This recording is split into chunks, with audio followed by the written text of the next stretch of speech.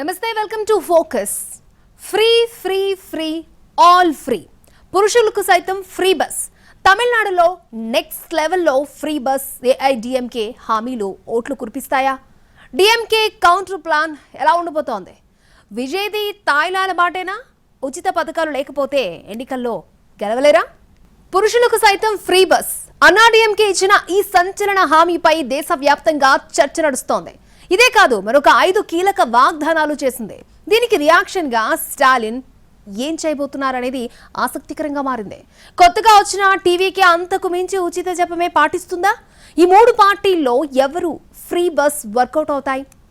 ఇప్పటికే పలు రాష్ట్రాల్లో విజయవంతమైన ఫ్రీ బస్ పథకం అన్నాడీఎంకేకు కలిసొస్తుందా? అధికార పీఠం దక్కాలంటే పార్టీలు ఉచితాలు ఎరవేయాల్సిందేనా? Current free, water free, bus free, all free. ఎన్నికలు సమీపిస్తుంటే అన్ని పార్టీలు ఉచిత మంత్రమే జపిస్తాయి. పోటాపోటీగా హామీల వర్షం కురిపిస్తాయి. ఆ పార్టీ ఈ పార్టీ అన్న తేడా లేదు. జాతీయ ప్రాంతీయ పార్టీలన్నిటిది ఒకటే జపం, ఆల్ ఫ్రీ మంత్రం. ఆ హామీల బడ్జెట్ ఎంతవుతుందో ఆలోచించరు. సాధ్యాల్ని అస్సలు పట్టించుకోరు. ప్రత్యర్థిని ఓడించాలి అనేది టార్గెట్. ఇందుకోసం ఎంత దూరమైనా వెళ్తారు. అంతకు మించి వరాలు ఇస్తాయి పార్టీలు. ఓట్ల కోసం ఉచిత వాగ్దానాలు చేయడమే పనిగా మారిపోయిందే. ఏ ఒక్క రాష్ట్రానికో ఇది పరిమితం కాలేదు. చాలా రాష్ట్రాల్లో ప్రధాన పార్టీలు ఉచిత పథకాలనే ఓట్లు కురిపించే ఆయుధాలుగా వాడుకుంటున్నాయి. ఇప్పుడు తమిళనాడులో ఇదే జరుగుతోంది. తమిళనాడులో ఎలక్షన్ హీట్ మొదలయ్యింది. ఇతర పార్టీలు ఎన్నికల కోసం కమిటీలు ఏర్పాటు చేస్తుంటే ప్రతిపక్ష అన్నాడీఎంకే మాత్రం దూకుడు మీదుంది. మొదటి దశ మేనిఫెస్టోను ప్రకటించింది. సంచలన హామీలతో దేశం దృష్టిని ఆకర్షించింది. ఎంజీఆర్ జయంతి సందర్భంగా చేసిన ఈ ప్రకటనలో తాము అధికారంలోకి వస్తే ఏ హామీలను నెరవేరుస్తామో వివరించింది. ఇందులో పురుషులకు ఉచిత బస్సు ప్రయాణంతో సహా 5 కీలక హామీలు ఉన్నాయి. రేషన్ కార్డు ఉన్న కుటుంబాలకు ఆర్థిక సాయం, మగవాళ్లకు ఉచిత బస్సు ప్రయాణం, అమ్మ 2 వీలర్ స్కీమ్ తదితరాలు ఉన్నాయి. మహిళల సంక్షేమం కోసం కుల విలక్కు స్కీమ్ అమలు చేస్తామని అంటోంది. ఈ పథకం ప్రకారం రేషన్ కార్డు ఉన్న కుటుంబాలకు 2000 సాయం అందిస్తారు. ఇవి నేరుగా ఆ ఇంటి మహిళల ఖాతాలో జమ అవుతాయి. ఉచిత బస్సు ప్రయాణం. నగరాల్లోని బస్సుల్లో ప్రస్తుతం మహిళలకు మాత్రమే ఉచిత ప్రయాణం అమలవుతోంది. అధికారంలోకి వస్తే దానిని కొనసాగిస్తూ పురుషులకు వర్తింపజేస్తామని తెలిపింది అన్నాడీఎంకే. అమ్మ ఇల్లం స్కీమ్. గ్రామీణ ప్రాంతాల్లో సొంతిల్లు లేని వారికి ప్రభుత్వమే జాగా కొని కాంక్రీట్ ఇల్లు కట్టిస్తుంది.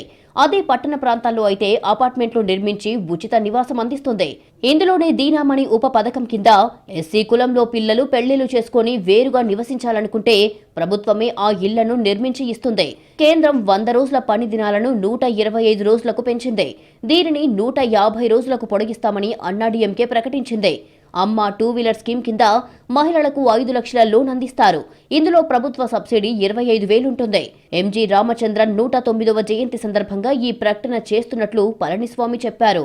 డీఎంకే పాలనలో మహిళలకు భద్రత లేకుండా పోయిందని, ప్రజలు స్టాలిన్ సర్కార్పై ఆగ్రహంతో ఉన్నారని, రాబోయేది ఎన్డీఏ సర్కారేనని ధీమా వ్యక్తం చేశారు. 2023 నుంచి అన్నాడీఎంకే బీజేపీతో మిత్రపక్షంగా కొనసాగుతోంది. ఈ మేనిఫెస్టో ప్రస్తుత డీఎంకే ప్రభుత్వంలో అమలవుతున్న సంక్షేమ పథకాలకు కొనసాగింపుగా ఉందని, మరీ ముఖ్యంగా అమ్మ ఇల్లం స్కీమ్, కళైంగర్ హౌసింగ్ స్కీమ్ మాదిరే ఉందనేది పొలిటికల్ పండిట్స్ విశ్లేషణ. కానీ అన్నాడీఎంకే ఇచ్చిన అన్ని హామీల్లో పురుషులకు ఫ్రీ బస్సు గురించి ప్రత్యేకంగా చెప్పుకోవాల్సిందే. ఈ ఫ్రీ బస్ పథకం ఇప్పటికే పలు రాష్ట్రాల్లో వర్కౌట్ అయ్యింది. కర్ణాటక, తెలంగాణలో కాంగ్రెస్ ని, ఏపీలో కూటమికి అధికారాన్ని కట్టబెట్టింది. ఇప్పుడు అదే ఫార్ములాను అన్నాడీఎంకే ఫాలో అవుతోంది. దీనికి యాడింగ్ గా పురుషులకు బస్సు ప్రయాణం ఫ్రీ అంటూ సంచలనానికి తెరతీసింది. ఇది పక్కాగా గంపగుత్తగా ఓట్లు కురిపిస్తుంది అనేది ఆ పార్టీ నమ్మకం. పలు రాష్ట్రాల్లో మహిళలకు ఫ్రీ అంటేనే ఓట్లు గుద్దేశారని, ఇప్పుడు అందరికీ ఫ్రీ అంటే మామూలుగా ఉంటుందా అనేది అన్నాడీఎంకే ఆలోచన. దీనికి కౌంటర్గా స్టాలిన్ పార్టీ ఏ హామీలు ఇవ్వబోతుంది అనేది ఆసక్తిని రేపుతోంది. ప్రభుత్వ వ్యతిరేకతను క్యాష్ చేసుకునే పనిలో ప్రతిపక్షాలు ఉంటే ఓటర్లు చేజారిపోకుండా అధికార డీఎంకే వ్యూహాత్మకంగా ముందుకు వెళ్తోంది. ఇప్పటికే విద్యార్థులకు ల్యాప్టాప్ల పంపిణీ మొదలుపెట్టింది అన్నాడీఎంకే. ఇదంతా ఎన్నికల తాయిలాలు అంటూ విమర్శలకు దిగింది ప్రతిపక్ష అన్నాడీఎంకే. ప్రతిపక్షానికి దిమ్మ తిరిగే కౌంటర్ ఇచ్చింది డీఎంకే. నిజానికి దక్షిణాది రాష్ట్రాల్లో ఉచిత పథకాలకు పుట్టినిల్లు తమిళనాడు. దేశంలోనే ముందుగా ఉచిత పథకాలు పురుడు పోసుకుంది ఇక్కడే. ఉచిత కలర్ టీవీలు, ఉచిత మిక్సీలు, గ్రైండర్లు, ఫ్యాన్లు, విద్యార్థులకు ల్యాప్టాప్లు, అమ్మ క్యాంటీన్ల పేరుతో తక్కువ ధరలకు భోజనం, వృద్ధాప్య పెన్షన్లు, ఉచిత బస్సు పథకాలు, ఇలా చెప్పుకుంటూ పోతే లిస్టు చాలానే ఉంది. ఇవన్నీ ముందుగా మొదలయ్యింది తమిళనాడులోనే. ప్రశాంతంగా అక్కడి ప్రజలను పాలించిన ప్రస్తుత అధికారంలో ఉన్న డిఎంకే, ప్రతిపక్ష అన్నాడీఎంకే ఈ రెండు పార్టీలు పోటీలు పడి ప్రతి ఎన్నికల్లో ఉచిత పథకాలను మేనిఫెస్టోలో ఉంచి ఆ తర్వాత అధికారంలోకి వచ్చాక వాటిని అమలు చేశాయి. అలా జయలలిత ఎన్నికల మేనిఫెస్టోలో ఇచ్చిన హామీల్లో విద్యార్థులకు ల్యాప్టాప్ల పంపిణీ, 2011లో అధికారంలోకి వచ్చాక దివంగత జయలలిత ఉచిత ల్యాప్టాప్ల పథకాన్ని ప్రారంభించారు. తిరిగి 2016లో కూడా సీఎంగా జయలలిత ఎన్నికయ్యారు. ఆ తర్వాత కొద్ది రోజులకి అనారోగ్యంతో చనిపోయారు. ఇంకా కొద్ది రోజులకు ఆ పథకం అటకెక్కింది. 2021 ఎన్నికల్లో అధికారంలోకి వచ్చిన డీఎంకే జయలలిత మొదలుపెట్టిన చాలా పథకాలను కొనసాగిస్తామని ప్రకటించింది. అందులో భాగంగా గతంలో ఆమె మొదలుపెట్టిన ల్యాప్టాప్ల పంపిణీ కూడా కొనసాగిస్తూ వస్తోంది. ఈ ఏడాది 20 లక్షల మంది విద్యార్థులకు ల్యాప్టాప్ల పంపిణీకి ఏర్పాట్లు పూర్తి చేసింది. తొలి విడతగా 10 లక్షల మందికి, ఫిబ్రవరి నెలాఖరికి మొత్తం 20 లక్షల మందికి ల్యాప్టాప్ల పంపిణీ చేపట్టబోతోంది. ఈ ల్యాప్టాప్ల పంపిణీ కార్యక్రమానికి అన్నాడీఎంకే అభ్యంతరం చెప్పింది. ఎన్నికలు సమీపిస్తుండటంతో ఓటర్లను మభ్యపెట్టేందుకు డీఎంకే ల్యాప్టాప్ల పంపిణీ చేపడుతోందని, వెంటనే కార్యక్రమాన్ని ఆపేయాలని డిమాండ్ చేసింది. అన్నాడీఎంకేకు స్టాలిన్ పార్టీ స్ట్రాంగ్ కౌంటర్ ఇచ్చింది. ఈ కార్యక్రమం మొదలుపెట్టింది జయలలిత సీఎంగా ఉన్నప్పుడు, మీ పార్టీనే కదా, మీరే ఆ కార్యక్రమాన్ని అడ్డుకోవడం ఏంటి అంటూ ఎదురుదాడి చేసింది. ఈ రచ్చ నడుస్తుండగానే పురుషులకు ఫ్రీ బస్ అంటూ మరో సంచలనానికి తెరతీసింది అన్నాడీఎంకే. రాష్ట్రం ఇప్పటికే అప్పుల్లో ఉండగా ఇన్ని ఉచిత పథకాలు ఎలా సాధ్యమనే మాట ఉత్పన్నమవుతోంది. ప్రస్తుత డీఎంకే ప్రభుత్వానికి పరిపాలనా దక్షత లేదని, తాము అధికారంలో ఉన్నప్పుడు కరోనా కష్టకాలంలో కూడా ఆర్థిక వ్యవస్థను సమర్థవంతంగా నడిపినట్లుగా పళనిస్వామి తెలిపారు. సరైన ప్రణాళిక, పరిపాలనా సామర్థ్యం ఉంటే ఇవన్నీ సాధ్యమేనని ఆయన స్పష్టం చేశారు.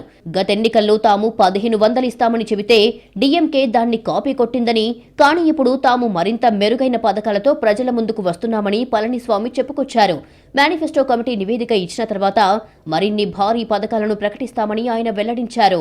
ఈ రెండు పార్టీల హామీలు ఇలా ఉంటే, కొత్తగా వచ్చిన విజయ్ పార్టీ సంగతేంటే? ఇప్పుడు తమిళనాడులోనే దేశవ్యాప్తంగా ఇదే చర్చ. తమిళ రాజకీయాల్లో కొత్తగా అడుగుపెట్టిన స్టార్ హీరో విజయ్ తన తమిళగ వెట్రికజగం ద్వారా ఎలాంటి వ్యూహాలు అనుసరించబోతున్నారు అనే దానిపై ఇప్పుడు సర్వత్రా ఆసక్తి నెలకొంది.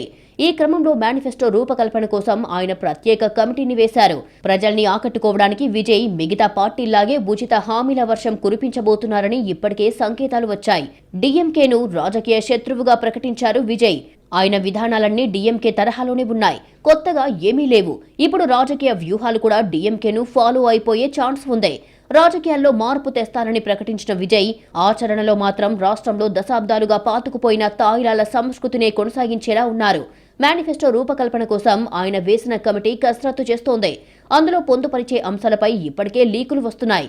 ప్రజలను ఆకర్షించడమే లక్ష్యంగా అధికార డీఎంకే, అన్నాడీఎంకేలను మించిపోయేలా భారీ స్థాయిలో ఉచిత హామీలను ప్రకటించడానికి విజయ్ రెడీ అవుతున్నారు.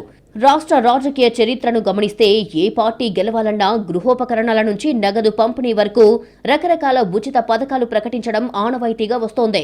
ఇప్పుడు విజయ్ సైతం అదే బాటలో పయనిస్తున్నట్లు అర్థమవుతోంది.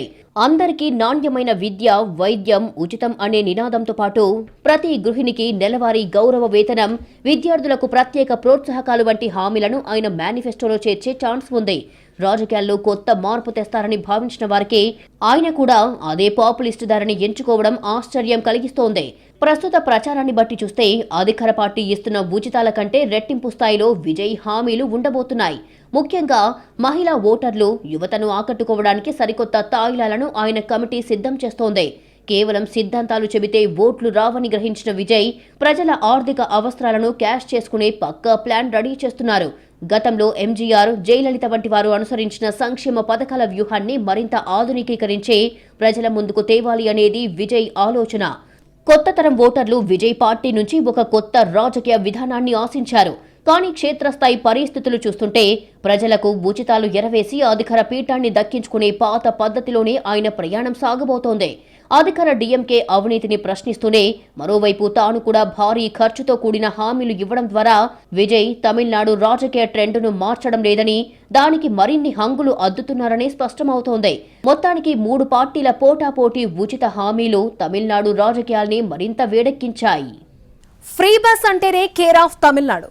ఉచితాలకు పుట్టింది అక్కడే, నెక్స్ట్ లెవెల్కు వెళ్ళింది అక్కడే. ఇక్కడే కాదు, దేశవ్యాప్తంగా కొన్ని దశాబ్దాలుగా ఉచితాల హవా నడుస్తూనే ఉంది.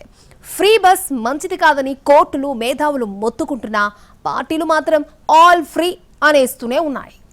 ఎప్పటికప్పుడు ఎన్నికల్లో ఉచిత హామీలపై చర్చ సాగుతూనే ఉంది. ఇవి సరికాదని మేధావులు చెబుతూనే ఉన్నారు. ఏకంగా ఈ వ్యవహారం గతంలో సుప్రీంకోర్టుకు చేరింది. ప్రజలను ఆకర్షించే విషయంలో పార్టీల వ్యవహార శైలిని కోర్టు తప్పుబట్టినా దీనికి పరిష్కారం మాత్రం లభించలేదు. ఫ్రీ బీస్ ముమ్మాటికి మంచివి కావు అని, రేషన్తో పాటు డబ్బులు కూడా ఇస్తుండటంతో ప్రజలు కష్టపడి పనిచేసేందుకు ఇష్టపడడం లేదని సుప్రీంకోర్టు ధర్మాసనం అసంతృప్తి వ్యక్తం చేసింది. ప్రజలకు సౌకర్యాలు అందించాలి అన్న ప్రభుత్వ ఉద్దేశం మంచివి అంటూనే దేశాభివృద్ధిలో లబ్ధిదారులను భాగం చేయాలని సూచించింది. సుప్రీంకోర్టు చేసిన కామెంట్పై అప్పట్లో దేశవ్యాప్త చర్చ జరిగింది. కేంద్రం మాత్రం ఉచితాలు సరికాదని తేల్చింది. ప్రధాని నరేంద్ర మోడీ సైతం ఉచితాలు అవసరమా అని గతంలో ప్రశ్నించారు. కానీ తర్వాత జరిగిన ఎన్నికల్లో మాత్రం పలు రాష్ట్రాల్లో అదే బీజేపీ ఉచిత హామీలు ప్రకటించింది. తమిళనాట పోటాపోటీ ఉచితాలతో మళ్లీ చర్చ జరుగుతోంది. ఉచితాలకు వ్యతిరేకమని చెప్పుకునే బీజేపీ సైతం బీహార్ ఎన్నికల్లో ఫ్రీ బీస్ మాట ఎత్తక తప్పలేదు. దీంతో అక్కడ ఉచిత పథకాల రేసు ఓ రేంజ్లో నడిచింది. కానీ ఒక మార్పు చూపించారు బీహారీలు. అలవి కాని హామీలకు, అటువంటి పార్టీలకు ఓట్లు వెయ్యమని నిరూపించారు. ఎన్నికలకు ముందే అక్కడి ఎన్డీఏ ప్రభుత్వం 125 యూనిట్ల వరకు ఉచిత విద్యుత్ పథకాన్ని అమలు చేసింది. ఆ స్కీమ్ పేద, మధ్యతరగతి తెగను ఆకట్టుకుంది. దీంతో ప్రతిపక్ష కూటమి తాము అధికారంలోకి వస్తే ఏకంగా 200 యూనిట్ల విద్యుత్ ఉచితంగా ఇస్తామని చెప్పింది. అయినా సరే జనం 125 యూనిట్ల ఉచితానికే జైకొట్టారు. ఇక ఎన్నికలకు ముందే జీవికా దీదీ స్కీమ్ కింద మహిళల ఖాతాలో 10,000 రూపాయల చొప్పున వేస్తూ వెళ్లింది నితీష్ సర్కార్. కానీ ప్రతిపక్ష కూటమి 10,000 కాదు 30,000 ఇస్తామని హామీ ఇచ్చింది. ఇది వర్కౌట్ అయ్యింది. ఎన్నికలకు కొన్ని నెలల ముందు తమిళనాడు కోర్టు ఈ ఉచితాలపై పిడుగు వేసింది. వాస్తవానికి ఉచిత హామీలకు తమిళనాడు పరాకాష్ఠగా మారింది. అన్ని ఫ్రీగా ఇచ్చేస్తామని గతంలో కరుణానిధి, జయలలితలు ప్రకటించుకొని అధికారం కోసం పోటీ పడిన సందర్భాలు ఉన్నాయి. ఇప్పటికీ అదే సంస్కృతి కొనసాగుతోంది. ఆ మధ్య మద్రాస్ హైకోర్టులో ప్రజాస్వామ్యవాదులు కొందరు పిటిషన్లు వేశారు. ఉచితాలకు బ్రేక్ వేయాలని, మరికొన్ని నెలల్లో ఎన్నికలు రానున్నాయని, ప్రజాధనాన్ని పన్నుల ద్వారా చెల్లిస్తున్న మొత్తానికి బాధ్యత వహించేలా ప్రభుత్వాలకు ఆదేశాలివ్వాలని కోరారు. ఈ పిటిషన్లపై విచారణ జరిపిన మద్రాస్ హైకోర్టు తీవ్ర వ్యాఖ్యలు చేసింది. రాబోయే రోజుల్లో అన్నం కూడా వండి తినిపిస్తారేమోనని సెటైర్లు వేసింది. ఉచిత హామీలను అవినీతి వ్యవహారంగా పరిగణించాల్సిన అవసరం ఉందని, వీటి వలన ఓటర్లు ప్రభావితమవుతున్నారని అభిప్రాయపడింది. ఉచిత పథకాల వలన తమిళ ప్రజలు బద్దకస్తులుగా మారిపోయారని, అందుకే హోటళ్లు, సెలూన్లు, చివరికి పొలాల్లో పనిచేసేందుకు కూడా ఇతర రాష్ట్రాల నుంచి కూలీలను రప్పించుకోవాల్సిన పరిస్థితి నెలకొందని మద్రాస్ హైకోర్టు కామెంట్స్ చేసింది. అంతేకాదు రాజకీయ పార్టీల వల్లే ఉత్పాదక శక్తి తగ్గిపోతోందని వ్యాఖ్యానించిన కోర్టు దీనికి సమాధానం చెప్పాలంటూ కేంద్రం సహా కేంద్ర ఎన్నికల సంఘాన్ని ఆదేశించింది. ఉద్యోగాలు, మౌలిక సదుపాయాల కల్పన, విద్య, వైద్య రంగ అభివృద్ధి, రవాణా, వ్యవసాయ రంగాలను పక్కనబెట్టి ఉచిత హామీలపైనే అభ్యర్థులు ఫోకస్ పెడుతున్నారు అన్న పిటిషనర్ల వాదనతో ఏకీభవిస్తున్నట్టుగా కోర్టు తెలిపింది. కానీ ఇవేవి తమిళ పార్టీలు పట్టించుకోలేదు. యథావిధిగా ఫ్రీబీస్ మంత్రాన్ని జపించాయి. పోటీపడి వాగ్దానాలు ఇచ్చేస్తున్నాయి. ఉచితాలు లేకుంటే ఎక్కడ గెలుపు అవకాశాలు తగ్గిపోతాయేమోనని పార్టీలు కలవరపడుతున్నాయి. అందుకే కోర్టుల కామెంట్లు వీటి చెవికెక్కడం లేదు. ఒక్క తమిళనాడులోనే కాదు, దేశవ్యాప్తంగా ఇదే పరిస్థితి. ఎక్కడ ఎన్నికలు వచ్చినా ఇవి తప్పడం లేదు. సిద్ధాంతాలు, గిద్దాంతాలు పక్కన పడేసి ఉచిత జపం చేయాల్సిన సిచ్యువేషన్. ఓటర్లు కూడా వీటికి అలవాటు పడిపోయారు. ఏ ఎన్నికలు వచ్చినా ఉచితాల కోసం ఎదురుచూపులే. ఏ పార్టీ మేనిఫెస్టోలో ఏమేం ఉన్నాయి, వర్కౌట్ అయ్యేవి ఎన్ని అని బేరీజులు వేసుకుని మరీ పోలింగ్ బూత్లోకి వెళ్తారు. పార్టీలు కూడా ప్రధానంగా ఉచితాలనే నమ్ముకుంటున్నాయి. జనం నచ్చే, మెచ్చే హామీలిస్తే సగం గెలిచినట్టేనని భావిస్తున్నాయి. అందుకే వెనక ముందు ఆలోచించకుండా వరాల జల్లు కురిపిస్తున్నాయి. రాష్ట్ర ఆర్థిక పరిస్థితి అంటే బడ్జెట్ ఎంతవుతుంది అనేది ఆలోచించడం లేదు. ముందైతే ప్రకటన చేసేద్దాం, అధికారంలోకి వచ్చాక ఆలోచిద్దామనేదే అన్ని పార్టీల తీరు. దేశంలో ఏ రాష్ట్రంలో ఎన్నికలు వచ్చినా ఉచిత పథకాల జాతర మొదలవుతుంది. జాతీయ పార్టీల నుంచి ప్రాంతీయ పార్టీల వరకు అన్ని పార్టీలు ఉచిత పథకాలకు సానబెడుతున్నాయి. ఎన్నికల్లో గెలుపు కోసం ఒకరిని మించి మరొకరు ఆల్ ఫ్రీ పథకాలను ప్రవేశపెడుతున్నారు. ఆర్థిక వ్యవస్థపై తీవ్ర ప్రభావం మోపుతున్న పథకాలను ఏ పార్టీ వ్యతిరేకించలేని పరిస్థితి. ప్రతి పార్టీ ఉచిత పథకాలే ఎన్నికల ఆయుధంగా మార్చుకోవాల్సి వస్తోంది. సంక్షేమం పేరుతో అడ్డు అదుపు లేకుండా హద్దులు దాటి ఉచిత పథకాలు అందజేస్తుండటంతో జనజీవనం తీవ్రంగా ప్రభావితమవుతోంది. కానీ ఓట్ల రాజకీయంలో ఏ ఒక్కరూ ఈ ఉచితాల పోటీ నుంచి తప్పుకోలేకపోతున్నారు. దేశంలో కొన్ని దశాబ్దాలుగా ఉచిత పథకాల హవా నడుస్తోంది. ఈ మధ్య కాలంలో మరింతగా విస్తరించాయి. ఏవి సంక్షేమ పథకాలో, ఏవి ఉచిత పథకాలో గుర్తించలేని స్థితికి చేరుకున్న పార్టీలు ఖజానాపై పెను భారం మోపే పథకాలకు రూపకల్పన చేస్తున్నాయి. ఉచిత విద్య, వైద్యం, ఉచిత ఎరువులు ఖచ్చితంగా అమలు చేయాల్సిన పథకాలు. వాటికి అదనంగా అవసరం లేని హామీలిస్తూ ప్రభుత్వాలను అప్పుల ఊబిలోకి దించేస్తున్నాయి పార్టీలు. ఎన్నికల్లో గెలుపే లక్ష్యంగా హామీలిచ్చిన పార్టీలు అధికారంలోకి వచ్చాక ప్రభుత్వాన్ని నడపలేక అష్టకష్టాలు పడుతున్నాయి. తమిళనాడులో ఈసారి ఇంట్రెస్టింగ్ ఫైట్ సాగబోతోంది. విజయ్ కొత్త పార్టీ టీవీకే ఎంట్రీతో ట్రయాంగిల్ వార్ నడిచే ఛాన్స్ ఉంది. ఇంతకీ టీవీకే కొత్త రాజకీయ శక్తిగా ఎదుగుతుందా? ప్రధాన పార్టీలకు సవాల్ విసురుతుందా? కాంగ్రెస్, బీజేపీలు ఈసారైనా సత్తా చూపుతాయా? తమిళనాడులో ఈసారి రసవత్తర పోరు జరగబోతోంది. ట్రయాంగిల్ వార్ పక్కాగా కనిపిస్తోంది. డీఎంకే, అన్నాడీఎంకే కూటములతో పాటు టీవీకే పార్టీ ఎన్నికల్లో పోటీకి రెడీ అవుతోంది. దక్షిణాదిలో పాగా వేయడమే లక్ష్యంగా వ్యూహాలకు పదును పెడుతోంది బీజేపీ. తమిళనాడు అసెంబ్లీ ఎన్నికల్లో ప్రధాన పార్టీలు పొత్తులు, సీట్ల కోసం అప్పుడే కసరత్తు మొదలుపెట్టాయి. ఈ అంశంపై బీజేపీ, ఏఐఏడీఎంకే మధ్య ఒక అవగాహన కుదిరినట్లు ప్రచారం జరుగుతోంది. కేంద్ర హోంమంత్రి అమిత్ షా, ఏఐఏడీఎంకే కీలక నేత పళనిస్వామి మధ్య సీట్ల విషయంలో ఒక నిర్ణయానికి వచ్చినట్లు టాక్. రాబోయే అసెంబ్లీ ఎన్నికల్లో రెండు పార్టీలు కలిసి పోటీ చేయాలి అనే నిర్ణయానికి వచ్చాయి. ఇతర రాష్ట్రాలతో పోలిస్తే తమిళనాడులో బీజేపీ బలహీనంగా ఉంది. అందుకే అసెంబ్లీకి పోటీ చేయబోయే సీట్లు, మంత్రి పదవుల విషయంలో అమిత్ షా ఆచితూచి అడుగులేస్తున్నారు. అక్కడ మొత్తం 234 అసెంబ్లీ సీట్లకు 56 సీట్లు కావాలని అమిత్ షా పళనిస్వామికి ప్రతిపాదనలు చేశారు. ఒకవేళ అక్కడ ఏఐఏడీఎంకే, బీజేపీ కూటమి అధికారంలోకి వస్తే 3 కేబినెట్ మంత్రి పదవులు కూడా బీజేపీకి ఇవ్వాలని స్పష్టంగా చెప్పినట్లుగా తెలుస్తోంది. మరోవైపు పార్టీ తిరుగుబాటు నేతలు పన్నీర్ సెల్వం, దినకరన్ కి కూడా సీట్లు అడిగినట్లు తెలుస్తోంది. దీంతో పాటు ఎన్డీఏ కూటమిలోనే ఇతర పార్టీలకు సీట్ల కేటాయింపుపైన చర్చలు జరిగాయి. వీటన్నిటిపై పళనిస్వామి ఇంకా నిర్ణయం తీసుకోవాల్సి ఉందని ప్రచారం జరుగుతోంది. కానీ బీజేపీతో పొత్తు పెట్టుకుంటే తమ పార్టీకి ఇబ్బంది తప్పదని ఏఐఏడీఎంకే నేతలు భావిస్తున్నారు. ఈ కూటమి ప్రభుత్వాన్ని ఏర్పాటు చేస్తే కంట్రోల్ అంతా బీజేపీ చేతుల్లోకి వెళ్తోందని అధికార డీఎంకే విమర్శిస్తున్న విషయాన్ని పార్టీ నేతలు గుర్తు చేస్తున్నారు. అటు అధికార డీఎంకే, కాంగ్రెస్ పార్టీ మధ్య సీట్ల పంపకాలపై సంప్రదింపులు మొదలైనట్లుగా తెలుస్తోంది. కాంగ్రెస్ పార్టీ 40 అసెంబ్లీ సీట్లు తమ పార్టీకి కేటాయించాలని డీఎంకేను కోరినట్లు తెలుస్తోంది. అయితే స్టాలిన్ పార్టీ 32 సీట్లు ఇచ్చేందుకు సుముఖంగా ఉన్నట్లు టాక్. అయితే కాంగ్రెస్ కనీసం 38 స్థానాలకైనా పరిమితం కావాలని భావిస్తోంది. కాంగ్రెస్ పార్టీ తమిళనాడు ప్రభుత్వంలో భాగస్వామ్యాన్ని కోరుకుంటున్నట్లు కాంగ్రెస్ సీనియర్ నేత మాణిక్యం ఠాగూర్ వ్యాఖ్యానించారు. దీంతో సీట్ల పంపకాల్లో కాంగ్రెస్ తగ్గే ప్రసక్తే కనిపించడం లేదు. ఒకవేళ సీట్ల పంపకం తేలని పక్షంలో విజయ్ టీవీకే పార్టీతో జట్టు కట్టేందుకు సిద్ధంగా ఉన్నట్లు సంకేతాలిస్తోంది. కాంగ్రెస్, టీవీకే పార్టీలు సహజ మిత్రులని టీవీకే అధికార ప్రతినిధులు కామెంట్ చేయడం ఆసక్తికరంగా మారింది. రాహుల్ గాంధీ, విజయ్ మంచి స్నేహితులని, రెండు పార్టీల మధ్య పొత్తు అవకాశాలు అధికంగా ఉన్నాయన్న వ్యాఖ్యలు కలకలం రేపుతున్నాయి. బీజేపీ సైతం విజయ్ పార్టీతో పొత్తు కోసం ఆసక్తి చూపుతున్నట్లుగా తెలుస్తోంది. అందుకే ఇటీవల తమిళనాడులో పర్యటించిన అగ్రనేత హోంమంత్రి అమిత్ షా ఉద్దేశపూర్వకంగానే అన్నాడీఎంకే ప్రధాన కార్యదర్శి పళనిస్వామిని కలవకుండా వెళ్లినట్లు ప్రచారం నడుస్తోంది.